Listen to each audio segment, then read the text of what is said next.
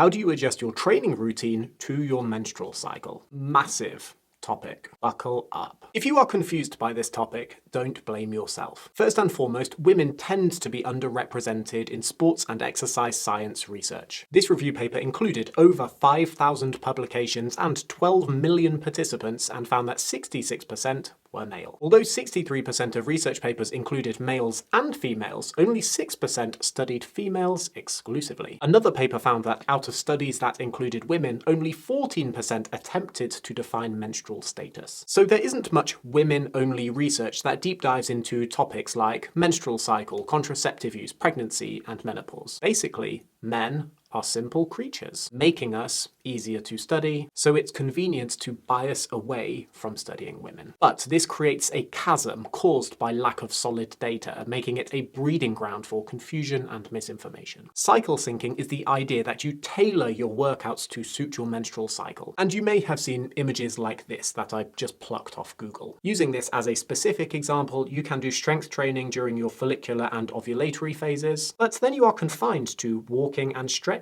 during your luteal and menstrual phases. We all have circadian rhythms where hormones and biological processes fluctuate over the course of the day. But your hormones also fluctuate across the course of your menstrual cycle. And a typical graph looks like this. And this can influence biological muscle building processes like protein turnover, myosin function, and satellite cell activity. So in theory, as hormones like estrogen, progesterone, and even testosterone fluctuate, there may be better times to ride the training wave to get better results. Right? And tailoring your training can make a difference. Although not all research points in the same direction, follicular phase-based training can be better for muscle growth and strength than luteal phase-based training. Like this early study that compared training every 3 days to menstrual cycle-triggered training. When they shifted their training to once every 2 days during the follicular phase and only once per week during the luteal phase, they got better results. Or this study where participants trained one leg with most of their workouts during the follicular phase and the other leg with most of their workouts during the luteal phase. Or this study where they shifted their workout frequency to 1 or 5 times per week during the first or last 2 weeks of each cycle. For the same number of workouts, they got better results when they trained more during the first 2 weeks. Again, follicular-based training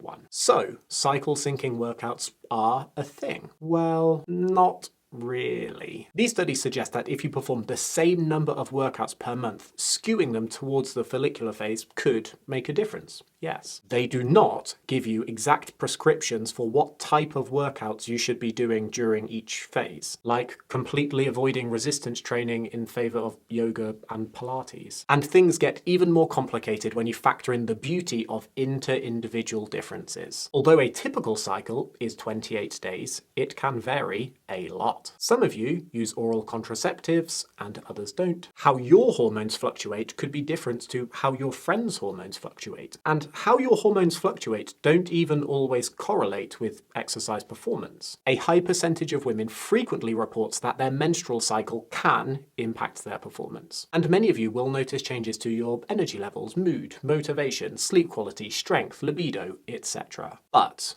not all of you. Some of you may have a particularly heavy cycle or severe PMS or PMDD and feel like your performance falls to shit. But perhaps your lucky friend doesn't feel like that. It may even be modality specific, so you may notice changes to your aerobic performance, but not your strength. Basically, this is a very long-winded way of saying that even the most up-to-date review papers conclude that the research is inconclusive and you are all unique humans who vary a lot. So it is best to listen to your own body and make adjustments accordingly. Because anyone who tells you all what you should all do is chatting shit. The only thing that's certain is there is a desperate need for more research on women.